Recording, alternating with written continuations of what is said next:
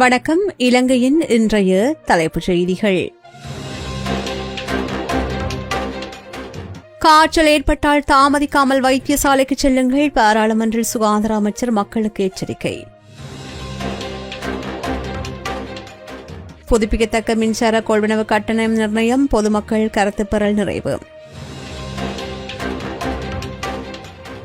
தர்மபுரத்தில் கஞ்சா கடத்தல் முறியடிப்பு, துப்பாக்கியுடன் தப்பியோடிய கடத்தல்காரர்களுக்கு போலீசார் வலைவீச்சு. ஓடும் பேருந்தில் சாரதி மாரடைப்பால் உயிரிழப்பு, நடத்துனரின் சாதுரியத்தால் தப்பிய 60 பயணிகள். யாழ்ப்பாணத்தில் பரபரப்பு. தலைமன்னாரில் எல்லை தாண்டி மீன்பிடித்த 9 மீனவர்கள் கைது, படகும் பறிமுதல். கண்டியில் இருவேறு நீரில் மூழ்கும் சம்பவங்கள், 3 மாணவர்கள் பலி, ஒருவர் மாயம். மாற்றுத்திறனாளி சகோதரனை கொலை செய்துவிட்டு நபர் சரணடைவு, ஆராய்ச்சி கட்டுரையில் சோகம். தோட்ட நிறுவனங்களின் வைப்பு திட்டங்கள் சட்டவிரோதமானவை, மத்திய வங்கி ஆளுநர் எச்சரிக்கை. மலேசியாவில் இலங்கை பெண்ணை கட்டாய தொழிலாளியாக சுரண்டிய இலங்கையர் கைது. மடவளையில் 1.6 கோடி பணத்துடன் தங்கம் பறிமுதல், 10 பேர் கைது. ஈரான் அமெரிக்க போர் பதட்டம் தீவிரமடையும் மோதல், மத்திய கிழக்கு உள்கட்டமைப்புகளுக்கு ஆபத்து என்று எச்சரிக்கை. இனி விரிவான செய்திகள். காய்ச்சல் ஏற்பட்டால் காலம் தாமதிக்காமல் உடனடியாக வைத்தியசாலைக்கு சென்று சிகிச்சை பெற்றுக்கொள்ள நடவடிக்கை எடுக்க வேண்டும் என்று சுகாதார அமைச்சர் நலிந்த ஜேதிச தெரிவித்துள்ளார்.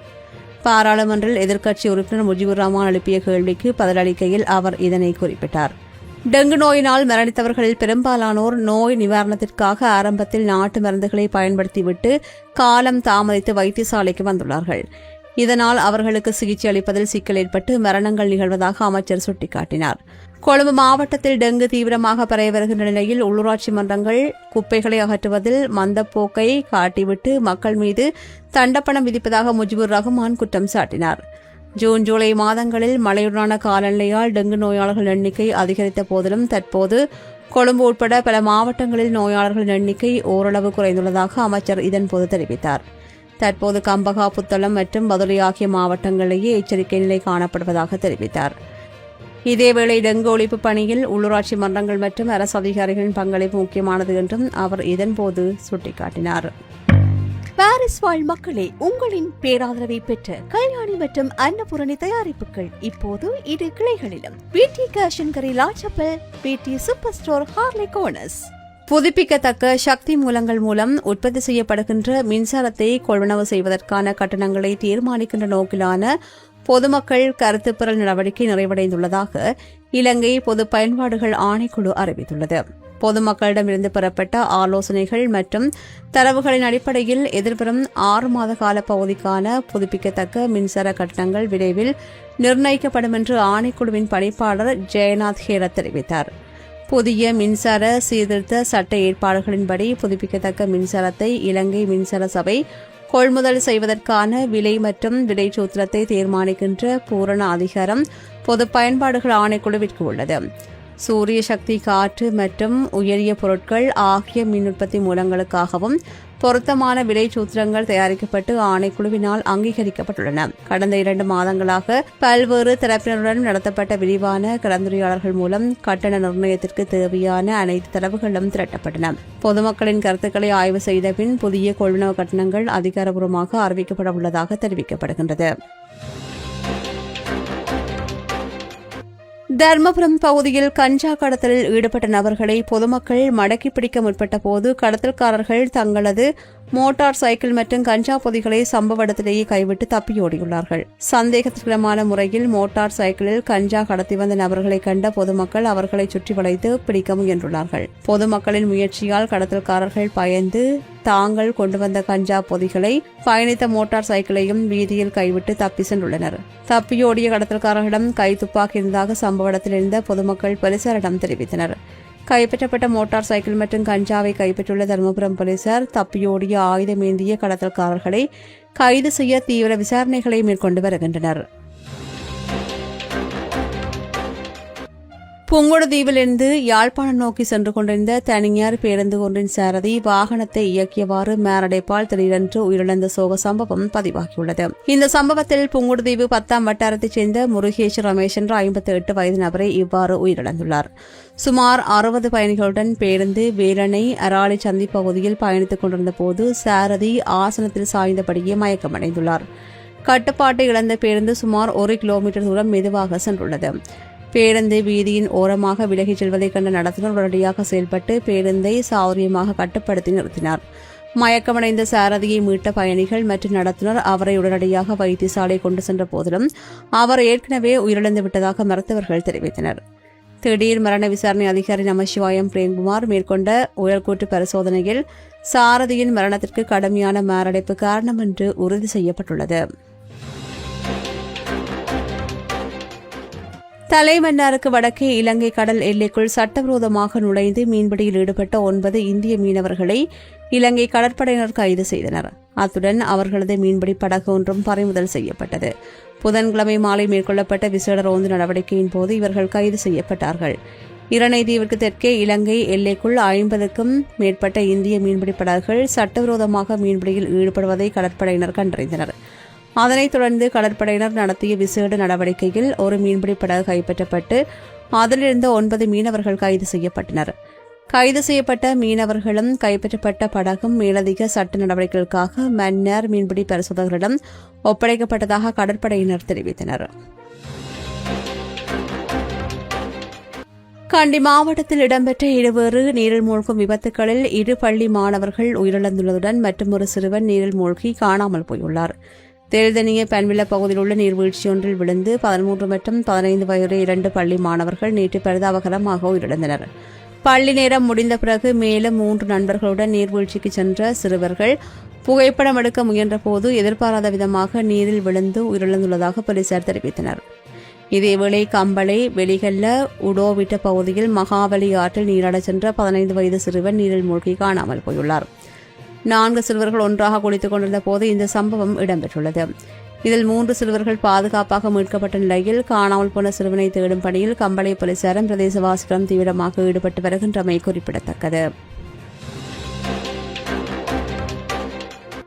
தமிழகத்திற்கு விஜயம் செய்துள்ள இலங்கை தமிழரசுக் கட்சியின் பொதுச் செயலாளரும் ஜனாதிபதி சட்டத்தரணியுமான M.A. சுமந்திரன் சென்னையில் உள்ள அண்ணா அறிவாலயத்தில் திமுக தலைவரான மு.க. ஸ்டாலினை சந்தித்து கலந்துரையாடினார்.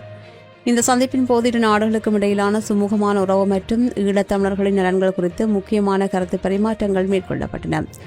அகதிகள் நலத்திட்டங்களுக்கு நன்றி என்றும் இதன்போது தெரிவிக்கப்பட்டது.